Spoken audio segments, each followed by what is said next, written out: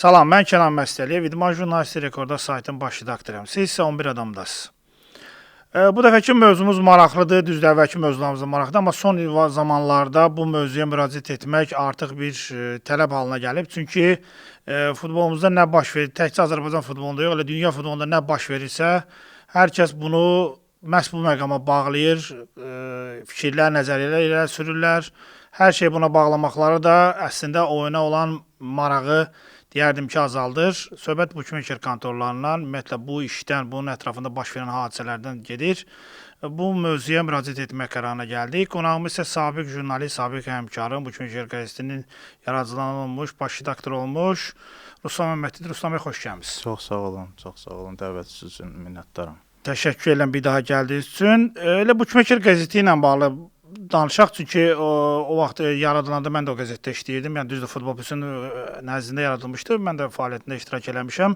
O qəzetin fəaliyyəti barədə, o qəzetin yaranması artıq bir tələbatdan irəli gələn bir yaradılma idi. Düzdürmü? Yəni bir addım idi. Təbii ki, Kənan, təbii ki, düz vurğuladın. Deməli, Bukmeker qəzeti vaxtında yaradılan vaxtlarda qara bazarda oyunlar gedirdi, pul qoyuluşları var idi. Amma yəni o qəzeti mən biraz təvəzzökarlıqdan uzaq olsa da yaratmağımın ən əsas səbəbi nə oldu?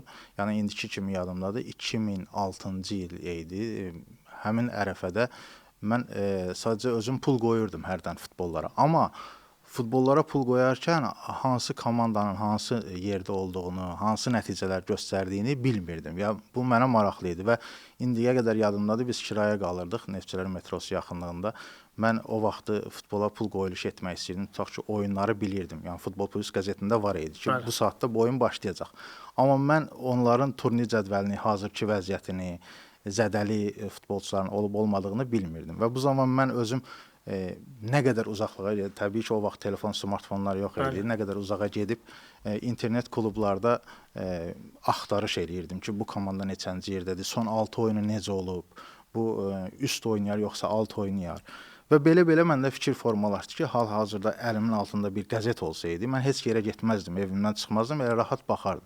Və 2006-cı ildə o fikir formalaşdı. Biz 2006-cı ilin sonlarında o qəzeti yaratmağa qərar verdik Vüqar müəllimlə, təsisçimizlə və 3 ay, təxminən 3 ay qəzetin dizayn üzərində işlədim və beləliklə 2007-ci il fevralın 23-də ilk dəfə işıq üzü gördü və ilk işıq üzü görəndən oxucuların böyük marağına səbəb oldu. Hamı çox sağ ol dedi, təşəkkür, məktubları, zənglər və qəzet uğurlu oldu. Yəni hamıya lazımlı bir qəzet oldu. Təbii ki, masaüstü qəzetə çevrilmişdi. Bütün mən də düzdür oynamırdım, amma gördüyüm qədərilə hər yerdə var idi. O qəzetin yaranması qeyd elədik ki, yəni bir tələbatdan irəli gəlirdi də. O Azərbaycanda məhz buna tələbatdan irəli gəlmək məhz sadəcə bunun informativ xarakterli idi, yoxsa ümumiyyətlə həmin dövrlərdə demək olarmı ki, 2006-2007 həmin dövrlərdə ümumilikdə bu bukmekerlərə, kontorlara pul qoyulmasının sanki bir zirvə vaxtı idi. Yəni orada, yəni o balansın artmağı, insanların marağının daha artıq məqam idi. İnsanlar həmin vaxtı qara bazarda bunu oynayırdılar və 2000-ci illərin əvvəllərindən etibarən bu kütləvi xarakter almağa başladı. Futboldan bilən, bilməyən sadəcə futbola pul qoyurdu. Həmin vaxtı bukmeker qəzeti gəlməklə, həm əmsalları göstərməklə, o vaxt biz Gamebooks və Rusiyan Marafon Bet saytının əmsallarını açıqlayırdıq və bütün qara bazarda elə demək olar o iki saytının əmsalları ilə oynayırdı. Biz onu açıqlayırdıq, həm də altında statistik cədvəlləri verirdik. Bütün komandaların son vəziyyəti, son 6 oyunda, əsasən komandaların nətəsilə son 6 oyundakı performansı belə deyək. Biz onu göstərdiyimizə görə, yəni hər şey bir oxucunun deyək, yəni bir pul qoyuluşu edən şəxsin, bir mərc edən şəxsin əlinin altında olduğuna görə o qəzet elə bir ki, tirajı yüksəlməyə başladı. Çünki hamıya lazım oldu artıq. Demək olarmı ki, qara bazarın qeyd etdiyiniz kimi bu daha kütləvi hal almağa başlamışdı. Bu da yetərincə böyük bir maliyyə deməkdir. Yəni böyük bir rəqəmlərin dövr etdiyi bir bazar deməkdir. Demək olarmı ki, məhz həmin dövrdə artıq rəsmi dövlət kontorlarının yaranmasının artıq məcburi olduğu, yəni belə deyək də, buna ehtiyac olduğu göründü və məhz həmin dövrdə artıq dövlət tərəfindən həmən qeyd olunan elə Topaz, sonra da Misin yaranmasına bir rəvac oldu. Bu belə başladı. Tamamilə düz vurğulayırsınız. Həmin vaxtda biz özümüz də Futbol Plus qəzeti olaraq məktub ünvanlayırdıq. Hətta mən bir səhifəlik yazı yazmışdım ki, Milli Məclisə çağırış o vaxt Futbol Plus qəzetində ki, bu yəni həm qara bazarda oynanılır, pul demək olar itir. Həm də qara bazardan əlavə insanların çoxusu Gamebooker saytı üzərindən internetlə oynayırdılar. Yəni pul kart vasitəsilə internetlə qoyulurdu və xaricə axırdı demək olar ucuzlan pullar. Yəni hamımız bilirik ki, indi o mövzuya toxunacağıq. Oynayanların 75-80% məğlubdur. Yəni o pullar həm qara bazarda itirdi, həm də xaricə axındı. Biz müraciət elədik Milli Məclisə ki, bu qanuniləşsə daha yaxşı olar. Yəni bir səhifəlik yazı ilə, şəxsən mən özüm yazdım onu. Müraciət elədik ki, bu qanuniləşsə daha yaxşı olar.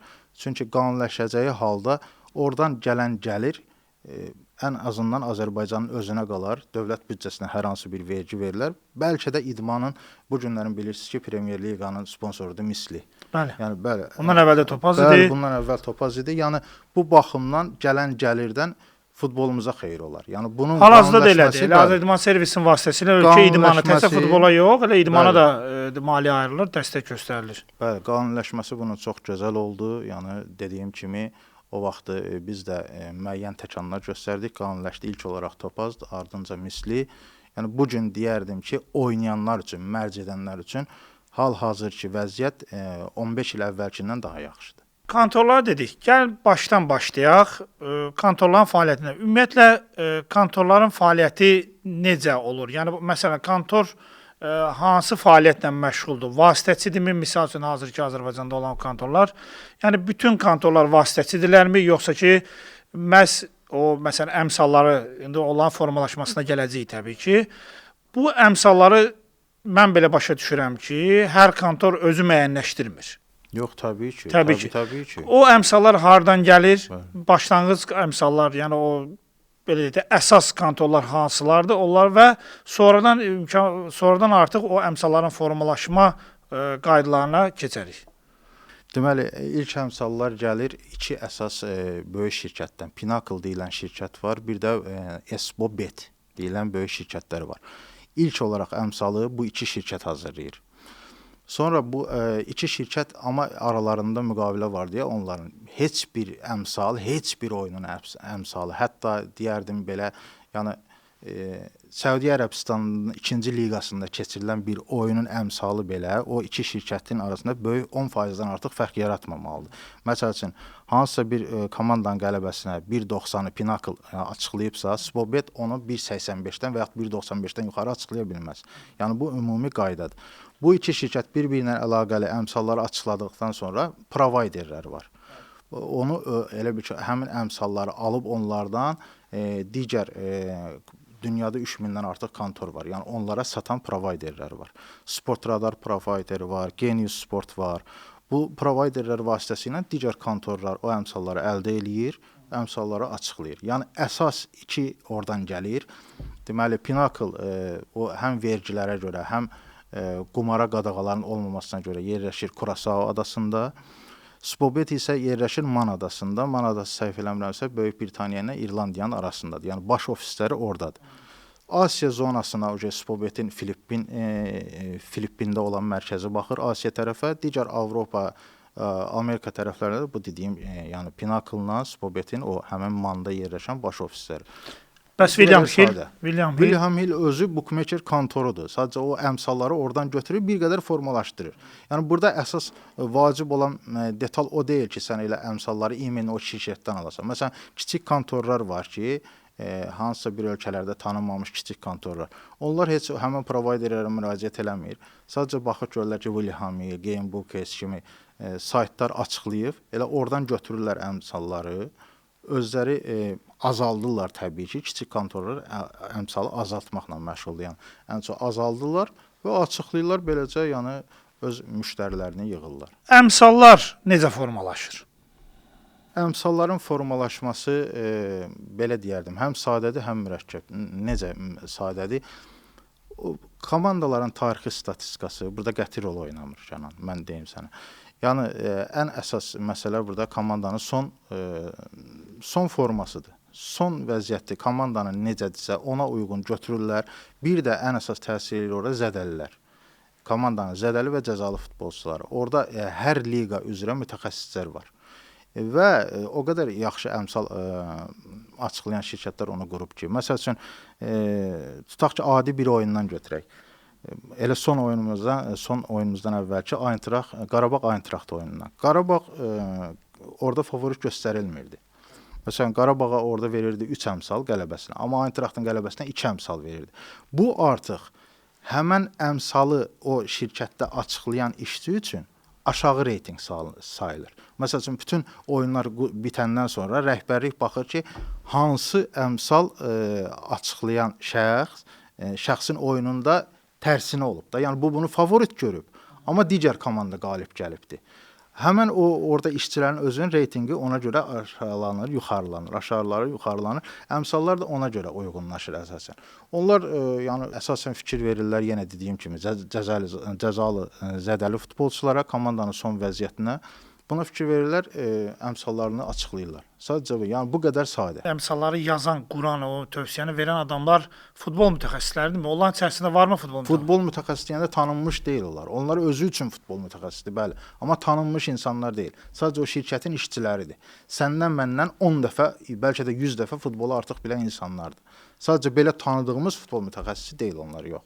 Bəs onlar bu necə bilə bilirlər ki, məsəl üçün Ayntraxtı demək, məsələn, Real Madridlə kimsə oynayırsa, bu mütəxəssiscə yəqin bunlar ola bilməz ki, futbolun içində olmasınlar, futbolun içindən gəlməsinlər. Futbolun içindədirlər, uşaqlıqdan futbolu bilən adamlardır. Biz necə futbolun içində olmuşuq? Yəni o məşqçilər, menecerlər deyil, yox, təbii ki, məşqçilər, menecerlər pul qoyuluşu ilə nə aidiyyəti var? Heç bir aidiyyəti yoxdur. Yəni nə də heç bir məsləhət verə bilməzlər ona. Yox, yəni demək istəyirəm ki, keçmiş menecerlər ola bilər, keçmiş məşqçilər. Bəlkə də keçmiş menecerlər, keçmiş məşqçilər ola bilər, bəlkə də kimdənsə rəy öyrənə bilərlər, amma dediyim kimi komandanın son durumu, əsasən oyunu, sərgilədiyi oyun, bir də cəzalı və zədəli futbolçuları, əmsalları açan. Məsəl üçün, Real Madrid bir komanda ilə oynayırsa, tutaq ki, buna məsəl üçün qələbəsinə vermək istəyirlər 2-15. Amma xəbər gəlir ki, Mbappe, Arda Güler, Bellingham və Vinicius Junior zədələnibdir və yaxud cəza səbəbindən oyuna çıxmayacaq. Bunlar bunu görürlər ki, 2-15 bayaqdan açıqladığı halda qaldırırlar əmsalı 2-50-yə. Yəni açıqlanandan sonra yox. Hələ orada müzakirələr gedərkən deyirəm. O artıq 2-15 yox, 2-50 qoyurlar ki, artıq Realın qalib gəlmə şansı bir qədər azalıbdır. Təbii ki, qalib gəlmə şansı azaldıqca əmsal yüksəlir.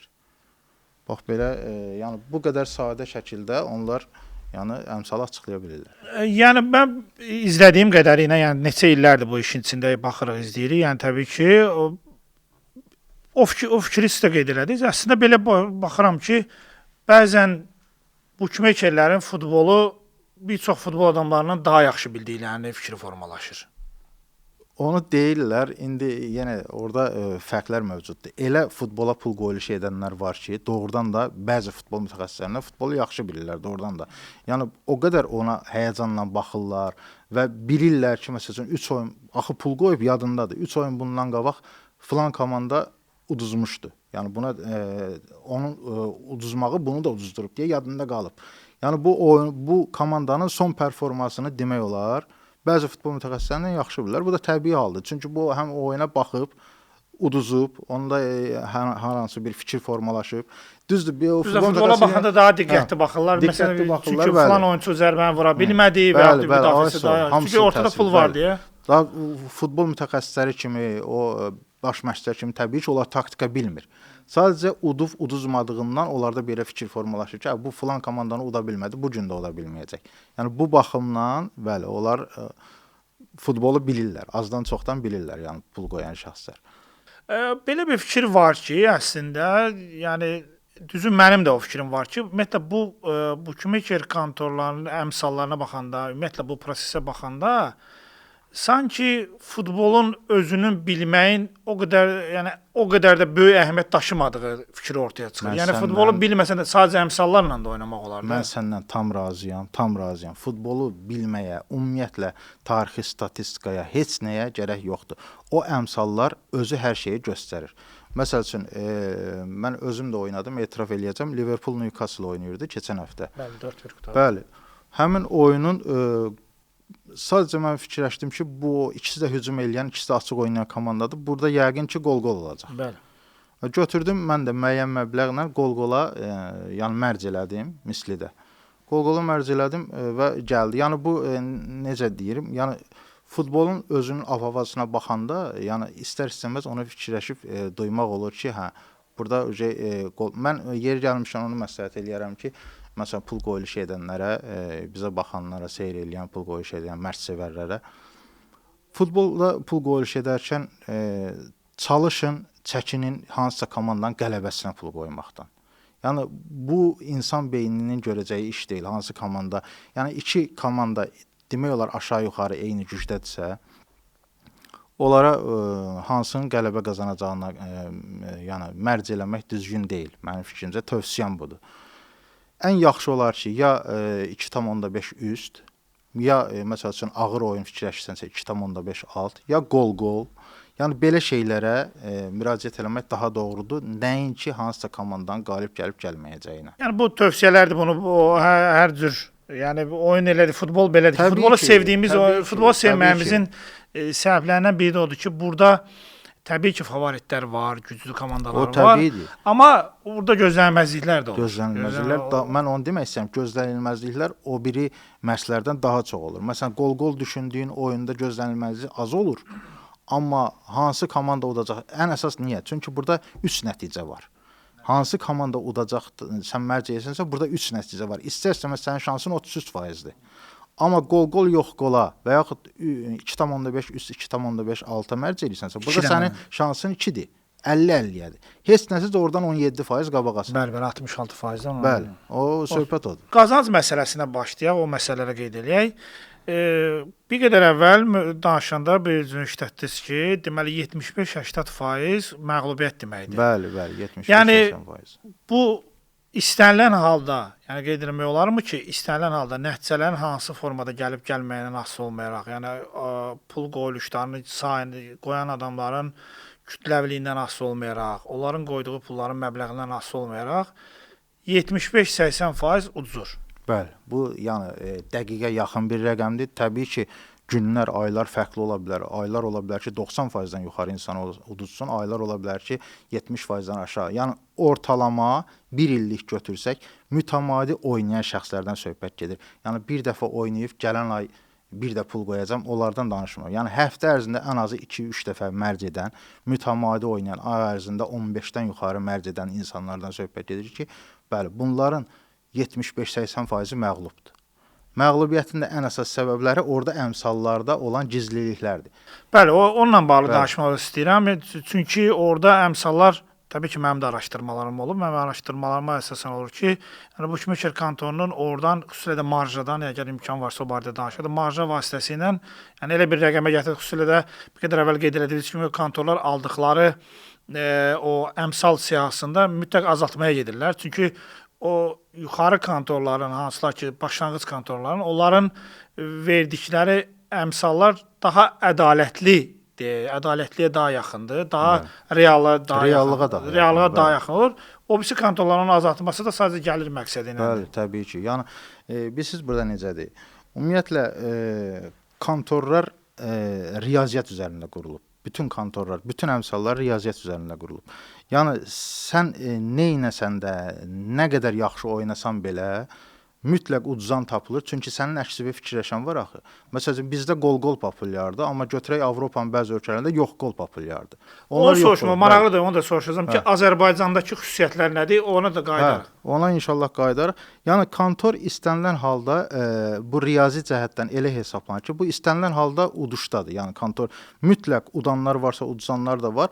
O uduzanların pulu hesabına udanların pulunu verir və özünə xeyli pul qalır.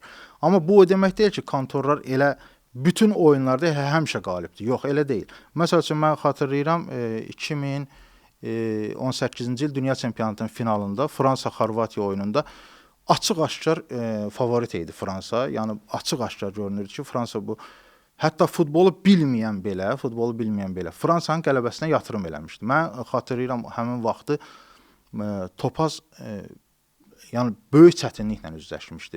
Bəlkə də Topazın bir ay ərzində gəliri bir həmin oyunda yox olmuşdu. Yəni o vəziyyətdə.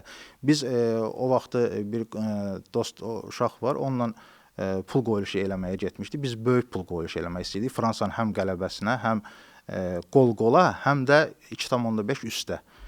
İnan ki, bizdən 5.000 manat məbləği götürən kontor tapa bilmədi ki, limit artıq dolubdur. Biz birinə 1000, birinə 1500, vura-vura 5000-i yerləşdirdik ora. Həm üst, həm qələbə, həm də qol-qola. Və oyun da gəldi 4-2 qutardı səhv eləmirəmsə. Həmin vaxtı, yəni Topaz başda olmaqla, bura tək hələ Azərbaycandan danışıram. Bütün dünya kontorları böyük bir yəni ziyanla uğraşdılar. Amma sonra üstündən 3 gün, 5 gün keçəndən sonra digər oyunlarla təbii ki, onu kompensasiya edirlər. Yəni dediyim odur ki, bu riyaziyyat o demək deyil ki, kontor elə həmişə qalibdir. Yox. Sadəcə sənin elədiyin qoyuluşdan asılıdır. O favorit olmayan oyunlarda əsasən kontorların qələbəsi çox olur. Bir də sensasiyalardan. Məsəl üçün, Lüksemburq ən pis vaxtlarında İsveçrə yığmasının 1-0 uddu. Təxminən 7-8 ilin söhbətidir. Həmin vaxtı Lüksemburqun qələbəsinə 40 əmsal verilirdi. Çünki Lüksemburq deyərdim ki, son 15-20 il ərzində ümumiyyətlə qələbəsi olmamışdı, hətta səfərdə belə qələbəsi olmamışdı. İsveçrənin qələbəsinə ümumiyyətlə pul qoyuluşu yox idi, xətt idi, adi xətt. Çünki İsveçrənin qələbəsini hamı görürdü. Heç 1-0-1 belə vermirdilər. Lüksemburqun qələbəsi 40 idi. Amma Lüksemburq gəldi, İsveçrəni uddu. Yəni burada belə olan halda kontorlar daha çox qazanır, sensasiyalardan daha çox qazanırlar. Məsələn, açıq-aşkar qol-qol, bol qollu oyuna görünən oyun gəlir 0-0 qutarır. Belə halda təbii ki, kontorlar çox qazanacaq.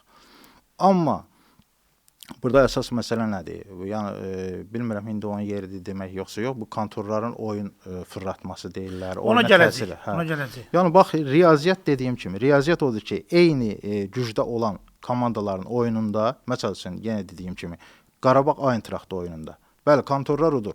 Çünki qol-qola qoyulan kimi yox qola da qoyanlar var. Heç-heçəyə də pul qoyuluş eləyənlər var. Qarabağın qələbəsinə də qoyuluş eləyənlər var. Ayntraxtın qələbəsinə də. Bu halda riyaziyyat işə düşür. Və sən nə qoyursan qoy, sən uda bilərsən təbii ki. Məsələn, Qarabağın qələbəsinə qoymusansa uddun, o heç. Amma pul necə yayılsın həmin oyunda kontor qabağadır yəni. Çünki uduzanların pulu, udanların pulundan daha çox olur. Məsələn, sadə dildə belə başa salım. Tutaq ki, qol-qol, yox qol. Əslində necə olmalıdır? Yəni, əsl mərc necə olmalıdır? 2-0 verməlidir yox qola, 2.0 verməlidir qol-qola. Sən 100 manat qoymusansa, bundan da 200 manat götürməlisən, buna da 100 manat qoymusansa 200 manat götürməlisən. Amma kontorlar nə edir? Orada riyaziyyat necə işə düşür? Verir 1.85 qol-qola, 1.85 yox qola. Sən 100 manat qoymusansa, qol-qola, oyun qol-qol gəldisə, o 100 manatdan 85 manat qaytarır, udana verir. Həmin 15 manat artıq onun marjasıdır, onun xeyridir. Yəni o 2.00 açıqlamır, 1.85 açıqlayır. Yəni hər ikisinə 100 manat onsuz da pul qoyulur. Bəli, hər ikisinə 100 manat qoyulanda uduzanların pulu yox qol gəldi oyun. 185 manat qaytarılır. Uduzanlar bəli, 185 manat qaytarılır. Oradan 15 manat onun xeyridir. İndi təbii ki, o bir dənə oyun deyil də, minlərlə oyundur. 15 manatdan hesablasaq hələ ən aşağı qiymətlə deyirəm də mən. Yəni gəlir hara çıxır. Yəni bax dediyim odur, riyaziyyat orada işə düşür. Riyaziyyat budur. Əmsalın riyaziyyatı. Marja nə qədər olur? Təxminən neçə faiz olur? Kontorlara görə dəyişir. Marjanın kontorlara görə dəyişir. Kiçik ölkələrdə, məsəl üçün bizim kimi ölkələrdə, böyük yəni vüsət almayan ölkələrdə marjalar çox olur. Məsələn deyirəm, yəni bunu da nümunə kimi göstərim. Bizdə verilir 1.75 yox qola, 1.75 qol-qola. Amma məsəl Avstriyanın böyük kontorda Avropanın demək olar 30% ondan oynayır. Onlar verirlər 1.85 yox qola, 1.85 qol-qola. Hətta Rusiyada bir ara bet əmsalları o dərəcədə qaldırdı ki, bütün postsovet ölkələri Avropa ilə yox, artıq betlə oynamağa başladı. Neynədi? Əmsalları gətirdi 1.90, 1.90 səviyyəsinə. Təbii ki, bu da onların siyasətidir. Yəni, müştəri toplamaq üçün ki, Avropaya axın olanlar gəlsin mən tərəfə. Yəni, görünən şeylərdə belə deyim, yəni, supermarketlər ən çox satılan ərzağın qiymətini bilirsən, kəskin aşağı salır. Hamı da fikir formalaşır ki, burada hər şey ucuzdur. Məsələn, daim aldığın bir şeyin qiymətini aşağı salır. Deyirsən ki, burada ucuzdur. Həmən siyasət bet yararlandı, qaldırdı əmsalları yuxarı 1.90 kütləvi insan axını elədi. Yəni Avropaya oynamadılar, artıq betlə oynamağa başladılar. Marjalardan danışdıq. Marja məsələn 8-10% də ola bilər, 15% də ola bilər, qeyd elədiyimiz kimi. Amma çərçivəni çıxmamalısan. Çünki sən çərçivəni çıxsan, artıq o oynayanların mərc dilində deyən vilka yaranır. Bəli. Sən çərçivəni aşsan, artıq səndə pul qoyan adam 100 manat qoyursa, gedib başqa kontorda 100 manat qoyub, bəli, istənilən halda uda bilər. Bəli. O da kontorun ikisindən birinə böyük zərərdir. Yəni o ola bilməz. Ona görə də marja maksimum 10% arasında dəyişir. Maksimum 10%. Bu marja dediyimiz o 10%-i izah eləyə bilərikmi? Yəni məsələn necə formalaşır o həmin o 10%? Məsələ marjanın formalaşmasında deyil. Nəyə nəzərən 10%-dir? Yəni nəyə nəzərən 10%-dir? Bir maçın hər hansı bir maç keçirilirsə, burada ya birincinin qələbəsi qeydə alınacaq, ya heç olacaq, ya da ki, məğlubiyyət əldə edilir. Yəni bunun üçdən başqası yoxdur da. Yoxdur. Mən belə başa düşürəm ki, verilən əmsallar hər hansı bir maçın fərqi yoxdur.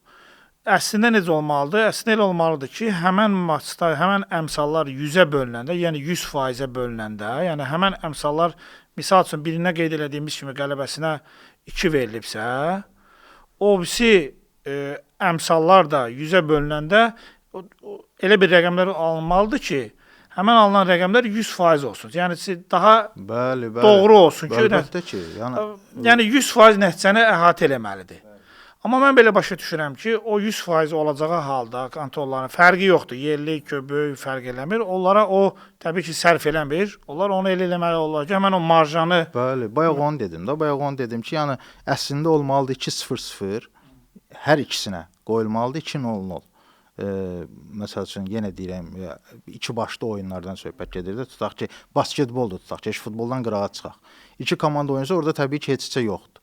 Yəni İkisinə də verilməli 2-0, amma marja salınır 1.90, 1.85, bəzi kiçik kontorlarda hətta 1.75-ə qədər ki, orada daha çox gəlir olsun.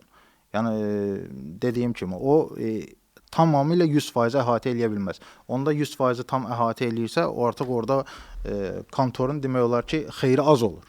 Ona görə də o elə əmsallar o şəkildə açıqlanır ki, məsəl üçün 1000 nəfəri gətirsək, 333-ü qələbəyə, 333-ü heç-çəyə, 333-ü də, 334-ü də qonaq komandanın qələbəsinə pul qoyursa, eyni pulu qoyursa, burada bütün hallarda kontor qalib gəlməlidir. Yəni əmsallar sırf ona nəzərən açıqlanır ki, bütün hallarda eyni pul, eyni adamlar tərəfindən eyni oyuna qoyulubsa, bütün hallarda kontor orada öz xeyrini götürməlidir. Yəni bu əmsalların xidmət elədiyi bir nömrəli vasitədir. Zaten elə olmasa kontorlar olmaz. Yəni məsələn əslində bu qeyri-adi bir şey deyil. Əslində bunu norma kimi qəbul etmək lazımdır. Niyə? Çünki o dəqiqə fikir formalaşır. Bu kimi fikirlər, kontorlar o pul qazanırlar, Zat təbii ki, pul qazanmaq üçün. Təbii ki, pul qazanmaq üçün. Onlar sizə xidmət göstərirlər. Onun sayı ona görə 3000-dən yoxarıdır. Yəni nəyə görə? Bu xidmətdir. Bəli. Yəni bu xidmətdir. Çünki bu əmsalların formalaşdırılması, sistemin qurulması, çəkilən xərcdə bütün bunları götürəndə onların təbii ki, öz faizini götürməsində qeyri-adi bir şey yoxdur. Biz bunu bu da biznes mənbəyidir. Bu da bunun kişilərin biznesidir. Yəni biznesi sənə təklif edirlər, oynaya da bilərsən, oynaya da bilərsən. Sənə heç kim məcbur eləmir bunu oynamağa.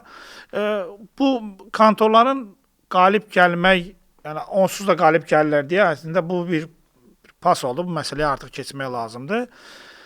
Kontorlar istənilən halda, yəni Azərbaycanda olmasına asılı olmayaraq və yaxud da ki, dünyada hansında asılı olmayaraq qalib gəlirsə, kontorlar həmən hansısa oyunu fırlatdı, hansısa oyuna təsir elədi fikri avtomatik qüvvədən düşür deməli. Avtomatik qüvvədən düşür. Bu, belə deyim, yəni bizlər də daxil olmaqla bir çox insanlar tərəfindən, yəni bizlər deyəndə bizim xalqın nümayəndəsi, oynayanlar daxil olmaqla bir çoxları tərəfindən yayılmış böyük mifdir.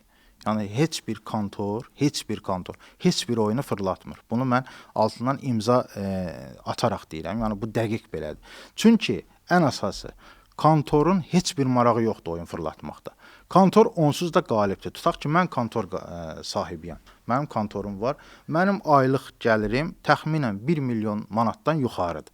Belə baxıram ki, hər ay standart olaraq 1 milyon 200 min, 1 milyon 300 min qazanıram standart olaraq. Çünki mənim əmsallarım, yəni bütün əmsallar elə qurulur ki, mən onsuz da qazanıram. Biraz əvvəl izah elədik bunu. Bəli.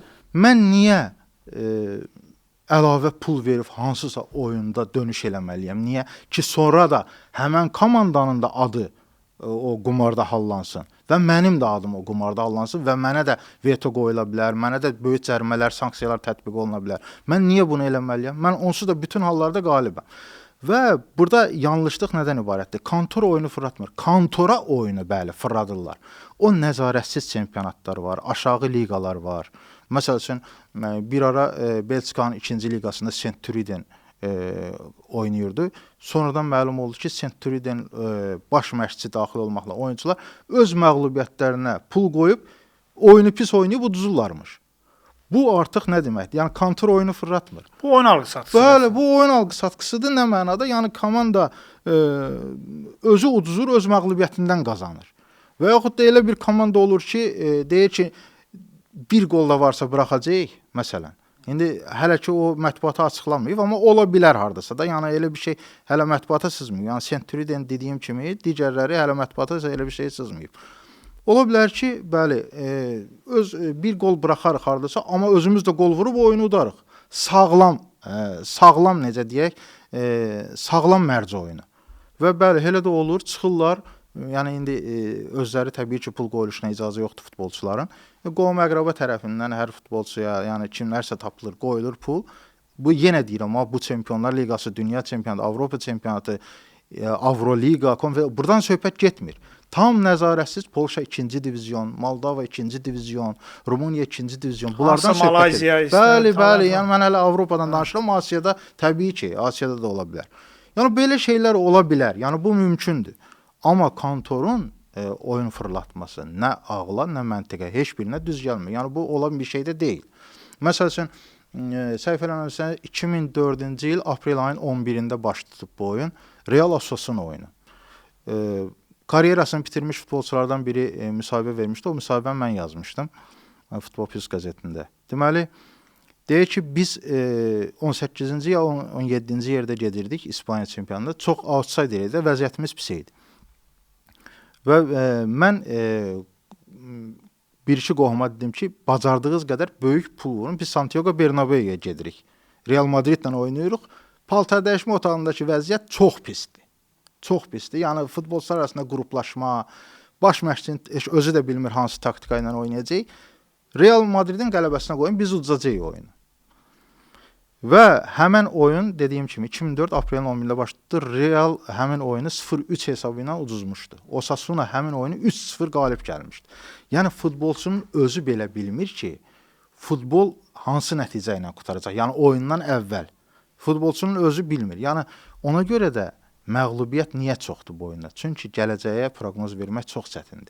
Heç bir futbol oyununun dəqiq nəticəsini, necə nəticələnir sən 100% bilə bilməzsən. Öz təxmini eləyirsən və təxminin də gəlir, bax belə. Hətta futbolçunun özü futbol oyununun nəticəsini bilmirsə, öz komandasının oyununun nəticəsini bilmirsə, yəni onda başqa şeydən danışmağa, yəni mənə elə gəlir, artıq ehtiyac yoxdur. Qalib gələnlər, yəni mütəmadi qalib gələnlər təxminən nə qədərdirlər? Yəni dedik ki, 80% onsuz da məğlub olur, 20% qalan. Mütəmadi qalib gələn yoxdur. Heç kim yoxdur. Bizim bu verilişə baxan şəxslərdən adlar yazacaqlarsa, biri yazsın ki, mən mütəmadi qalib gələn. Elə bir insan yoxdur. Hətta mən o vaxt Bookmaker qəzetində belə bir sorğu keçirmişdim. Kim 2 əmsalı 4 həftə ard-arda taparsa, çox demirdim. Yəni 1 həftə ərzində heç nə demirəm. 2 əmsal tap. Nə yazırsan yaz. O səninlikdir. 2 əmsal tap. 4 həftə ardıcıl qalib gələrsənsə 2 əmsalla. Mən sənə müəyyən mükafatlar verəcəm. Yəni qəzetin adından, qəzetə də çağıracam, müsahibə alacam və mükafatı da təqdim eləyəcəm. Bir nəfər elə insan tapılmadı. Bir nəfər. Nə qədər adam cəhd elədi, hamı proqnozlarını yazırdı mənə, mən özüm izləyirdim. Ya birinci həftədə, ya ikinci həftədə, ya üçüncü həftədə, ən yaxşı halda dördüncü həftədə yəni əmsal yanırdı, proqnozu yanırdı. Yəni gəlmirdi. Elə bir adam yoxdur. Yəni mütəmadi qalib gələn bu oyunda yoxdur. Bunu həm də futbolun öz xüsusiyyəti kimi qəbul etmək olarmı ki, yəni çünki futbolu proqnozlaşdırmaq çətindir. Yəni bu məsələn 3 nəticəsi var, müxtəlif pul qoyuşlar eləmək olur deyə. Yəni bunu biz indidən məsələn biz də mütəxəssis olaraq məsələn mən də jurnalist olaraq bir çox fikirlər irəli misal üçün deyək ki, bu mövsüm Barselona bu formada oynayır. İstərsəniz fikirləşsən ki, əgər bu komandada seriya varsa, məsələn 2 oyunda udursa, deməli 3-cü oyunda udacaq, məntiqlidir, daha yaxşı vəziyyətdədirlər. Rəqib o qədər güclü deyil falan. Bunlar deyirsən, amma məlum olur ki, 3-cü oyunda məğlub olmurlar, amma ən azından heç eləyirlər və yaxud da ki, o qədər böyük inamlı qələbə qazana bilmirlər. Yəni bunu həm də mən düşünürəm ki, bir qədər futbolun özəlliyinə bağlamaq olar ki, onu proqnozlaşdırmaq çətindir. Təbii ki, futbol elə bir oyundur ki, məsəl üçün belə deyək, tenis deyil futbol. Ki bir nəfərdən ibarət deyil ki, bunun qolu güclüdür, bu taktikanı yaxşı bilir. Jose Federer'dir, çıxacaq bütün oyunları udacaq, çempion olacaq. Yəqin ki, ya bu çempion olacaq, ya digəri. Amma futbolda 11 nəfərdən asılısan. 11 nəfər bunun içində qırmızı kart var, bunun içində sarı kart alıb gücünü azaldan futbolçular var. Bunun hər cür taktiki gedişlər eləmək olur. Yəni o qədər amillər təsir edir ki, futbol oyunu nəticəsinə. Ona görə də futbolun sən dediyin kimi futbolun nəticəsini tapmaq çox çətindir. Yəni ona görə də ona ümumiyyətlə yəni bizi izləyənlərdən, mərc edənlərdən, yəni tövsiyəm budur ki, böyük miqdarda pul heç vaxt oyuna qoymasınlar. Heç bir halda. Ümumiyyətlə, yəni dünya səviyyəsində də qəbul olmuş belə bir qayda var ki, aylıq gəlirinin 10%-dən artığı heç vaxt bu oyuna sərf eləmək düzgün deyil. Heç bir halda 10%-i keçməməlisən. Bu bookmakerə pul qoyuluş eləyənlər, mərc eləyənlər, bu kontorla mərc eləyənlər buna bir pul gəlir mənbəyi kimi baxmamalıdırlar da. Yəni bu bir əyləncədir. Misal üçün kimsə hobbi kimi, yəni misal üçün bir nəfər teatra tamaşaya gedib baxmağı xoşlayır. Biri hansısa məsələn bir restoranda hər axşam gedib məsələn bir yaxşı yemək yeməyi xoşlayır, bir musiqiyə qulaq asmağı xoşlayır. Hər bir hobbisi var, hər bir şey var, bundan zövq alır. Təbii ki. Sən də misal üçün ola bilər ki, futboldan zövq alırsan o öz yerində, amma sənə bəzən indi qəbul eləyək ki, bütün oyunlar da maraqlı olmur da. Yəni əvvəllər fərq nədən ibarətdir? Əvvəllər futbol maçları azı idi. Futbol maçları çox idi. Sadəcə biz ona baxa bilmirdik. TV imkanları yox idi. Yəni belə deyək də İtaliya çempionatında Regina ilə Sassuolo oyunu da versə də oturub böyük maraqla baxacaqdıq. Amma indi imkanlar o qədər genişdir ki, sən yəni məsəl üçün televiziyada hətta Milanın oyunu gedirsə, Milan kimlərsə oynayırsa, bir 15-20 dəqiqədən sonra sənə maraqsız gələ bilər. Sən kanalı çevirməsinə belə, telefonda başqa bir məsələn Interin, Juventusun oyunu açıb baxa bilərsən. Yəni sənin alternativin var deyə sənə maraqsız gələ bilər. Ona görə bu oyunu həmən oyun futboldan soymamaq üçünmü deyim? Yəni düzdür, futbol azarkeşləri soymurlar da sənli məni. Biz onsuz da futbola nə olursa olsun izləyirik o öz yerində, həm də bir işimiz də öz yerində. Sadəcə elə bir fikir olmalıdır ki, yəni o oyuna pul qoyuluşlarında daha maraqlı olur. Məsələn, hər hansı bir həmən misal əlavə həyəcan qatır da oyun. Bir 10 maddirin maddələri var. Sən ona daha diqqətli olursan, futbolçu topu qaçırır, epizodu qaçırdırsa, daha bu filan kəsi yadda saxlayırsan ki, bu həmən biraz əvvəl qeyd eləmişdi. Yəni orada filan epizodda qaçırtmışdı. Yəni buna əslində bir qədər pul qazanmaq yox, bir əyləncə, hobbi kimi baxmalıdır. Yəni bu düzdür. Bunda yəni bunu sadəcə ağıllı olmaq lazımdır. Ağıllı da oynamaq lazımdır ki, pulu qoruş etmək normaldır. Dünyanın hər yerində var. Bu normaldır, amma həddi bilmək lazımdır da. Yəni həddi bilmək. Bizdə bilirsiniz, məşqçilərin ən böyük səhvi odur ki, bunlar udmaq istəyirlər. Bir dəfəmlik yəni insanlar bunu bilməlidir ki, bu oyunda udub qazanmaq, yəni qabağa getmək mümkün deyil. Elə olsaydı onda gərək bütün cəmiyyət, bütün sistem dayanardı.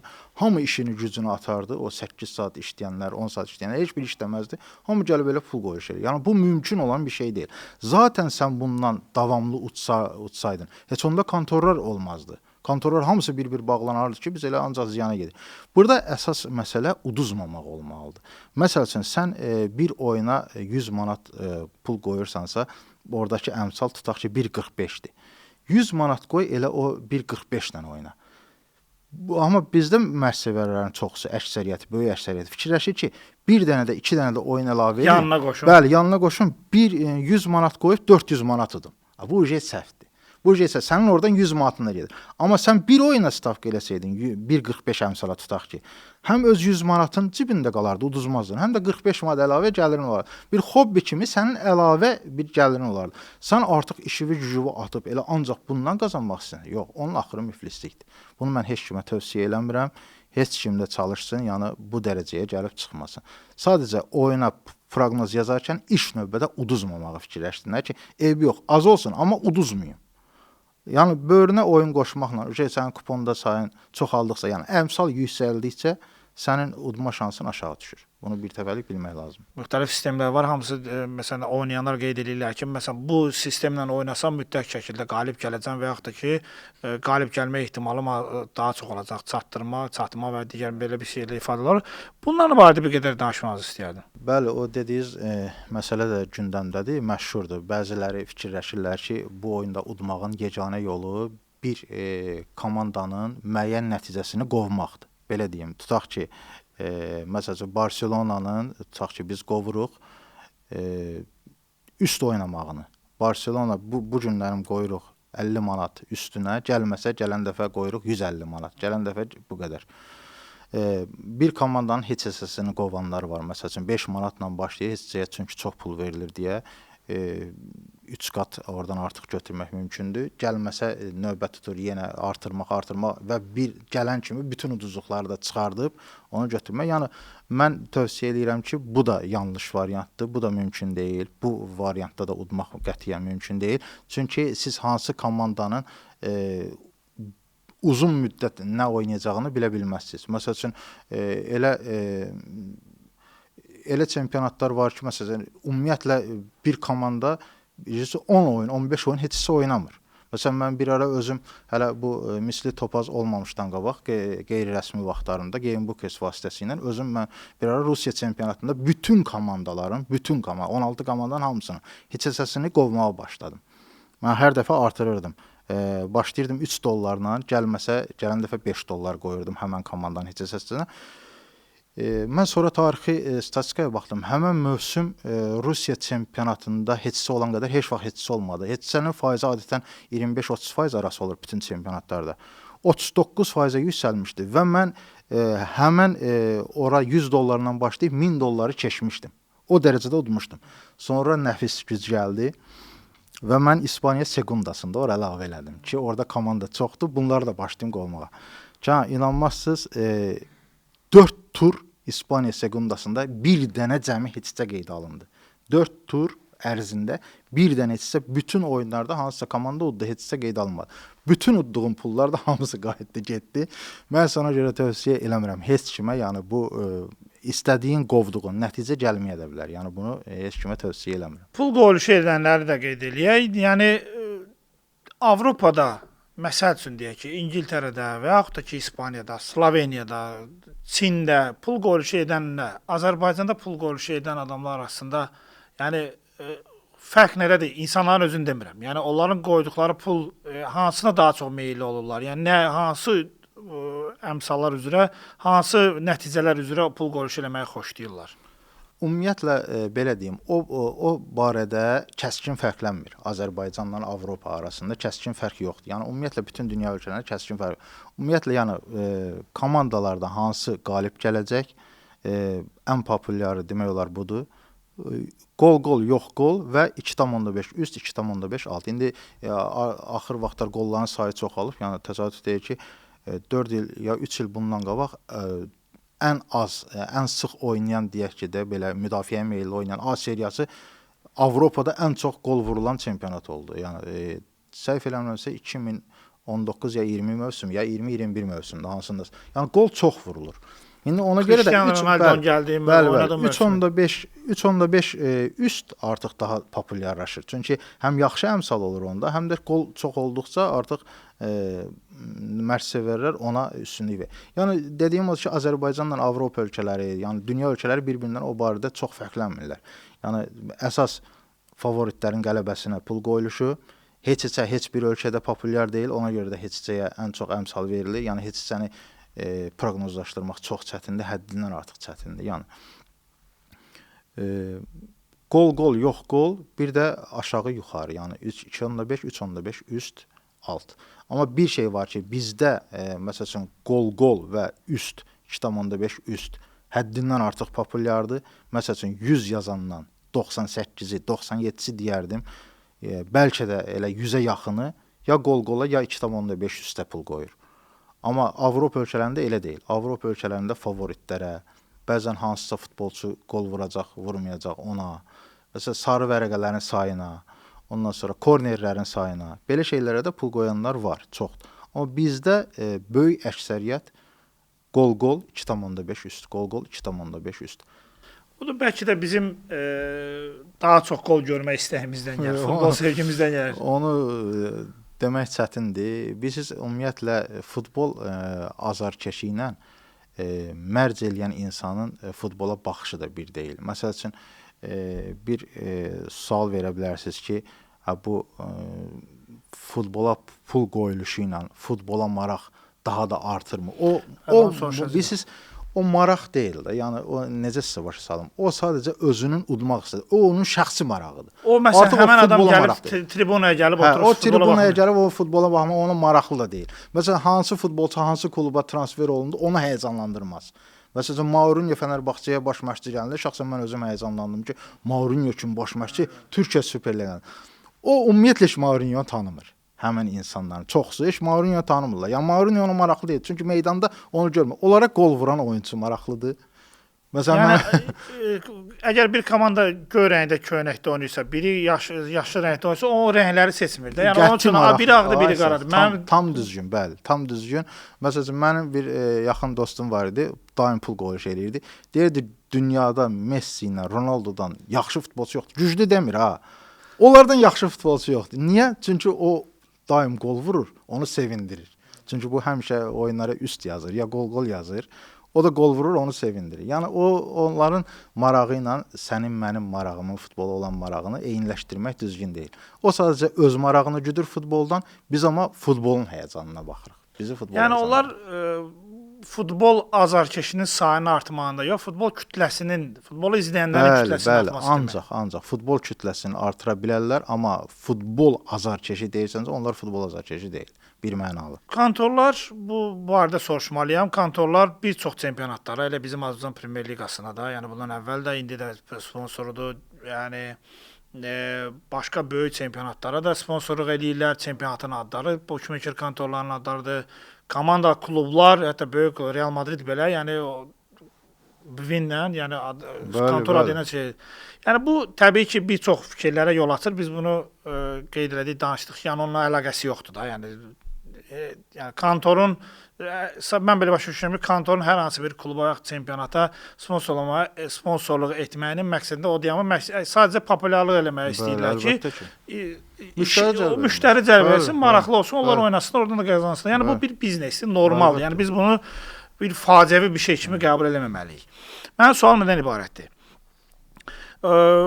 Kontorların bu məşhur olan olmayan fərqi yoxdur. Kontorların sayı, sponsorluq edən kontorların sayı çoxdur deyə. Yəni bu bir asıllıq yaradıb sanki. Yəni mənim sualım ondan ibarətdir ki, bu kontorlar, yəni bookmaker kontorları futbola sponsorluqdan çəkilsələr, bu futbola müsbət təsir eləyər, yoxsa ki, mənfi təsir eləyər? Maliyyə bazarına, sadəcə futbolun maliyyə tərəflərinə təbii ki, mənfi təsir eləyəcək. Məsəl üçün, bir futbol klubu illik gəlirini çıxardanda orada 60 milyon yox, göstərəcək 30 milyon məsələn. Ancaq maliyyə tərəfdən təsir eləyə bilər. Başqa yəni təsiri inandırıcı deyil. Yəni bu sponsor olmayacaq, başqa Emirates gələcək məsəl üçün. O olacaq sponsor. Yəni o ki bookmaker kontoru deyil. Yəni onların çəkilməsi maliyyə tərəfdən bəzi məsələn elə komandalar var ki, sponsor tapmaqda çətinlik çəkir. Amma məsələn onlara hansı bookmaker kontoru dəstək olur, belə deyək. O baxımdan təsir eləyə bilər, amma gec-tez onlar da hansısa bir yenə də özünə sponsor tapacaqdır. Yəni böyük təsir olacağına inanmıram. Amma yəqin ki bu maliyyə axınından bir qədər yox, məncə düşünürəm ki, əgər belə bir şey olarsa, düşünmürəm ki, belə bir şey ola bilər, amma həmin məqamda çox böyük təsir eləyə bilər. Məsələn, ulduz futbolçuların transfer olunması və yaxud da ki, hər hansı həmin məqamda ola bilər və yeni sponsor tapana qədər, yəni belə şeylər ola bilər. Bilirsiniz, ümumiyyətlə o yadıma bayaqki söhbətə elə siz sual verdiniz, yadıma o düşdü. Deməli belə bir məsələn deyirlər kontorların oyun fırlatması söhbətində. Bəli. Məsələn siz dediyiniz kimi bir anlıq futboldan çəkilsinlər bunlar. Hı -hı. Tutaq ki, bir anlıq çəkildilər. Kontorlar ümumiyyətlə dünyada futbola pul qoyuluşu anlayışı məhv oldu. Bir anlıq təsəvvür eləyək belə. Futbola pul qoyuluşu yoxdur. 60-cı illərdən əvvəllərdir məsələn. Ümumiyyətlə futbola indi Real Madrid bütün oyunları udacaqmı? Adi sual. Mən sizə sual verim. Futbola pul qoyuluşu yoxdur, kontorlar yoxdur, ümumiyyətlə yoxdur. Real Madrid 38 oyunun 38-ini də udacaqmı İspaniya çempionatında? Bunu müəyyənləşdirmənin çox sadə yolu var. Bu bükməkçilər həmişə sponsor olmayıblar ki. Yox, 50 il 60 il əvvəlki dövrə gedək kimi sözünə. Yəni ki, onu mən məşqçilərə onu demək istəyirəm ki, deyirlər, gəlmədi, bu gün 2.5 üst gəlmədi. Bu gün mən yandırdım, kontor oyunu fırlatdı. Yenə deyirəm, kontor oyunu birinci fırlatmır, buna lazım deyil, bundan danışdıq. İkinci də bir anlıq düşün. Real oyunu satdı kontora. Real özü uduzdu ki, kontorlar çox qazansın.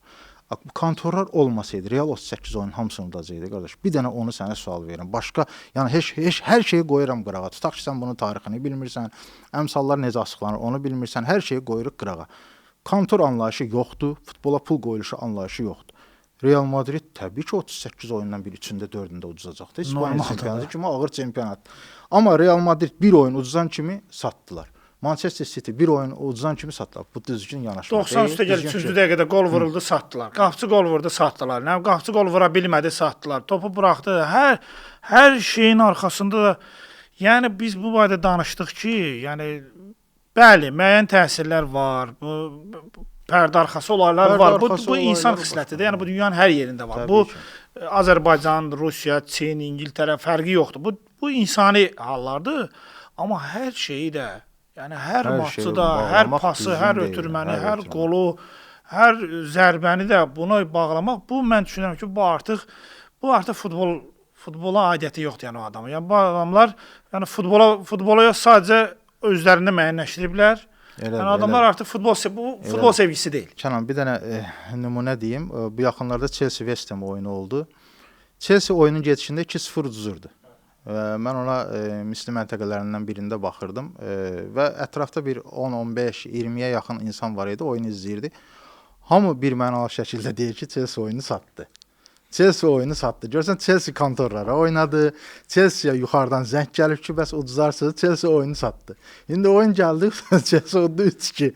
Mən nə oldusa, bunun məsələ odur ki, dərd orasındadır ki, bu oyunu satdı deyən məşqçilər, pul qoyuluşu edən şəxslər o qədər görür ki, belə halla üzləşir. Yenə də onlar, yəni belə deyim də, yəni yenə də onlar dediyini deyirlər ki, oyunu satdı.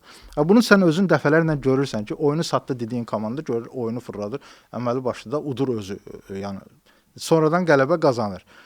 Bunu sən dəfələrlə gördüyün halda yenə də deyirsən ki, falan komanda oyunu satdı. Bu bir psixoloji nüansdır. Mən ona da toxunum. Ümumiyyətlə belə deyim, yəni kişi xislətində belə şey var. Kişi ümumiyyətlə yaradılışdan məğlubiyyəti sevmir. Heç bir kişi məğlubiyyəti sevmir, yəni. Bu pul qoyan şəxs də orada uduzmağı şüuraltı olaraq məğlubiyyət kimi hesab edir özünə. O məğlubiyyəti sevmədiyi üçün o özünü məğlub olmuş kimi göstərməmək üçün, yəni özünü məğlub olmamış kimi göstərmək üçün o istəsəməz bundan çıxış yolu axtarır. Ki, mən məğlub olmadım. Bəhanə axtarır, deyir ki, filan komanda oyunu satdı. Əslində mən məğlub olmadım, filan komanda oyunu satdı. Bu şüuraltı olaraq ona didizdirilən bir sözdür. Yəni bu mən özüm araşdırmışam şəxsən. Görmüşəm ki, bu nədən irəli gəlir? Çünki heç bir kişi məğlubiyyəti sevmir. Üstə gəl, bu pul uduzub üstə gəl. Yəni maliyyə baxımından da geri düşüb. O istər-istəməz özünü sığortalamaq üçün, yenidən şüuraltı olaraq öz güvənini bərpa etmək üçün təqsiri, günahı başqasının boynuna atmaq istəyir ki, yəni mənlik bir şey olmadı. Mən məğlub olmadım. Onlar oyunu satdı. Bax, hər şey buradan yaranır. O sözün yaranması əslində oradandır. Yəni deyirlər ki, filan komanda oyunu fırlatdı, alt oynadı. 3 gol vurmadı. Qardaş, oyunu fırlatdı, 3 gol vurmadı. Sən alt yazardın da. Mən üstdən çox alt yazıram. Mən demirəm oyunu kimsə fırlatdı. Çünki alt gəlir, mən uduram. Məsələn deyirəm. Başqası Avropada elə. Məsələn, nə qədər adam, milyonlarla adam var ki, alta oynayır.